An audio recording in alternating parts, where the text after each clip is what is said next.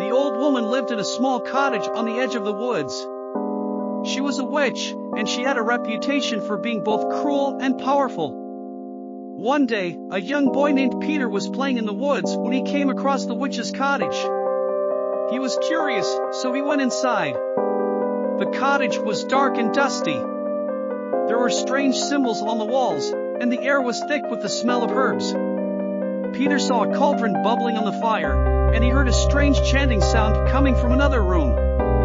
Peter was scared, but he was also curious. He crept into the other room, and he saw the witch. She was a tall, thin woman with long, black hair. She was wearing a black cloak, and she had a sharp, pointed nose. The witch was chanting over a large black book.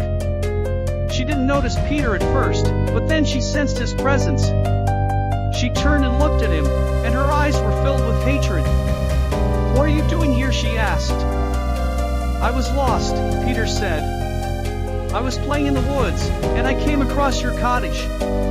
"You should not have come here," the witch said.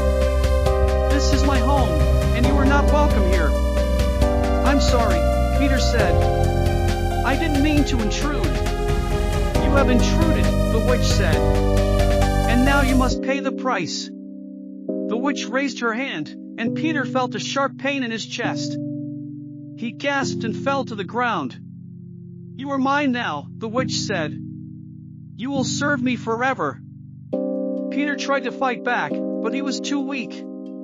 The witch's spell had taken hold of him, and he was hers to do with as she pleased. The witch took Peter to her cottage, and she locked him in a room. She told him that he would never be free, and that he would serve her for the rest of his life.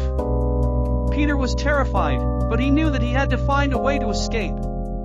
He tried to break the door down, but it was too strong. He tried to climb out the window, but it was too high.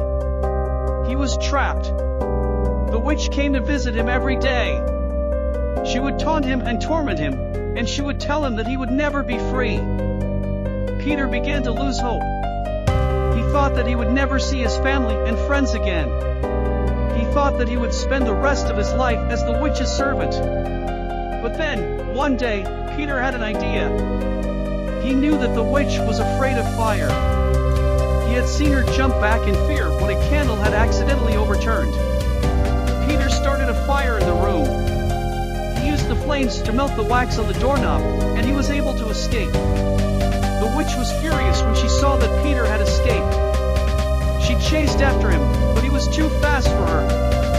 He ran through the woods, and he didn't stop until he was sure that the witch was gone. Peter was free. He had escaped the witch's clutches, and he was never going back.